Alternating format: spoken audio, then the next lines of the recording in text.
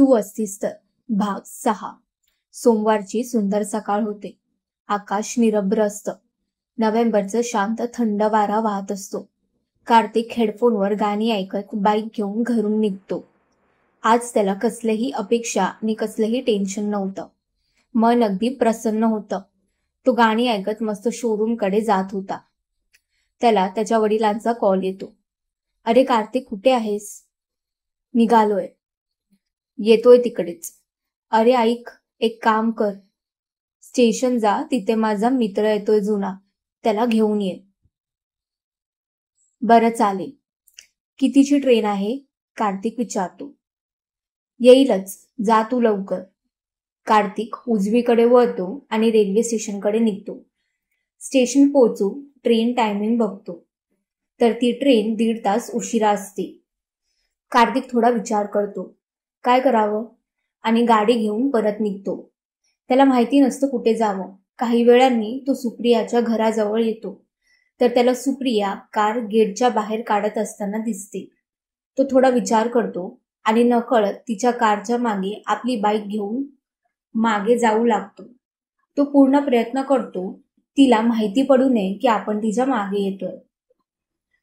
Car मॉलच्या आत जाते आणि कार्तिक पण बाईक दूरवर पार्क करतो. त्याला कळत नसतं तो असं का करतोय, पण त्यावेळेस तेच त्याला सुचत असतं. मॉलमध्ये गेल्यावर फूड कोर्टमध्ये पण ती एकटीच बसून काहीतरी ऑर्डर करते आणि कसल्या तरी विचारात असते.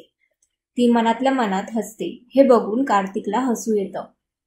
तिला असं चोरून बघण्याची पण त्याला मजा वाटते. कार्तिकची नजर हटते आणि परत जेव्हा तो बघतो त्याच्याकडेच सुप्रिया येताना दिसते. तो लगेच क्रॉसवर्डमध्ये जातो आणि तिथे बुक्स बघायला लागतो. सुप्रिया पण क्रॉसवर्ड समोर थांबते आणि थोडा विचार करून आत येते. बुक्स बघत असताना तिला कार्तिक दिसतो. तिला 2 मिनिटं आश्चर्य वाटतं. समजत नाही की हा खरंच तोच आहे का, की तिला भास होत आहेत. तो कुठला तरी पुस्तक घेऊन वाचतोय हे तिला दिसत असतं.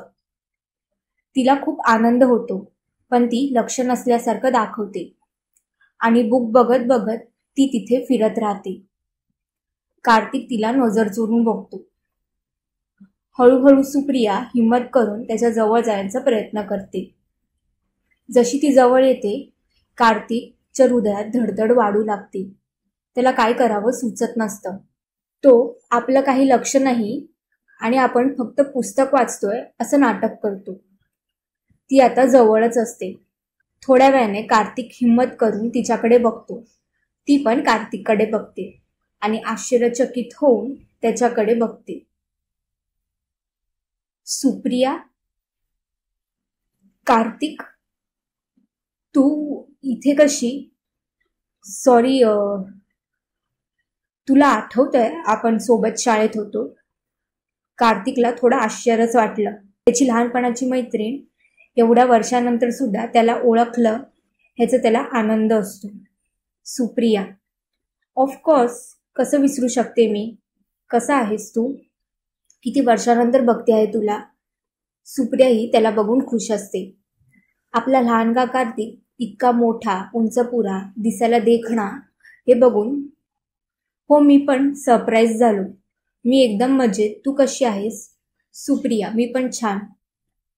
दोघंही एकमेकांच्या नजरेत गुंग झालेले असतात. थोड्या वेळात त्यांना काय बोलावं सुचत नसतं, पण दोघेही मनातून खूप खुश असतात. चालेल मग भेटू. मी इथेच असते आता. हो चालेल, कार्तिक लाजून बोलतो. सुप्रिया जशी निघायला लागते तिच्या मनात विचार येतो, आपली भेट परत होईल का? की तितक्यात कार्तिक तिला आवाज देतो. तो हिम्मत करून तिला बोलतो, सुप्रिया, तुझा फोन नंबर देऊ शकते का? सुप्रिया खुश होते. हो चालेल. ते नंबर शेअर करतात आणि ती तिथून निघते. कार्तिकला खरं वाटत नसतं. एवढ्या दिवसानंतर त्याची तिला भेटायची इच्छा पूर्ण झालेली असते. त्याला त्याच्या वडिलांचे कॉल येत असतात. त्यांचा मित्र स्टेशनवर वाट बघत असतो. कार्तिकचे वडील, अरे कुठे आहेस तू? तुला एक काम सांगितलं तर तू कुठे फिरतोय? मी जवळच आहे, बाईक बंद पडली होती. 0 मिनिटात पोहोचतोय मी स्टेशन.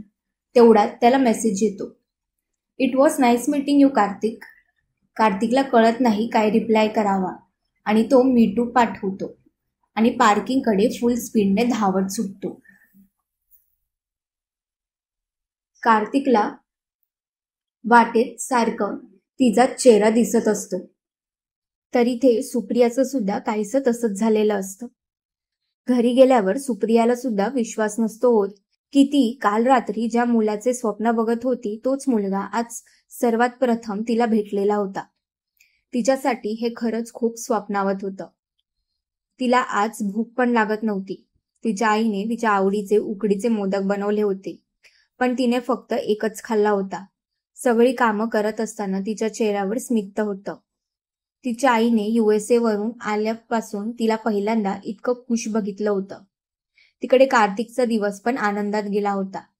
खूप दिवसांनी त्याच्या आयुष्यात एक छान गोष्ट घडली होती. त्याला अजून काहीही नको होतं.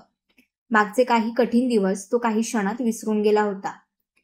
तिचा आवाज ऐकावा, तिच्यासोबत बोलावं, इतकंच त्याच्यासाठी आता सर्वस्व होतं. त्या रात्री सुद्धा कार्तिक सुप्रियाला मेसेज करतो आणि ते अजून खुलून बोलायला लागतात. सुप्रिया त्याला सांगते, मला असं अचानक सुचत नाही बोलायला, त्यामुळे मी जास्त बोलू नाही शकली, त्याबद्दल सॉरी. कार्तिक पण तिला कन्फेस करतो की तिला इतक्या दिवसांनी बघून अचानक लहानपणीचे दिवस आठवले. सुप्रिया त्याला त्याच्या शाळेतला एक जुना ग्रुप फोटो पण पाठवते आणि ती कुठे आहे ओळखायला सांगते. तो तिला अचूक ओळखतो आणि इतका जुना पिक पाठवल्याबद्दल थँक्स पण म्हणतो. कार्तिक तिला म्हणतो एक विचारू, तीही म्हणते. तेव्हा कार्तिक म्हणतो, आता नको, नंतर कधी. आणि ती अजून उतावळी होऊन विचारते, काय विचारणार होतास, आताच सांग. मग तो तिला डेटवर येणार का विचारतो. ती विचार करून सांगते असं म्हणते. कार्तिक पण मी वाट बघतोय असं सांगतो. त्याला थोडी भीती होती, जर सुप्रिया त्याला नाही बोलली तर. पण मध्येच रात्री उशिरा चालेल असा मेसेज ती कार्तिकला करते. मेसेज बघून कार्तिक खुश होतो. काय मंडळी, कशी वाटली तुम्हाला कार्तिक आणि सुप्रियाची पहिली भेट? हा भाग कसा वाटला ते आम्हाला कमेंट करून नक्की सांगा आणि आमच्या चॅनलला सबस्क्राईब करा. धन्यवाद.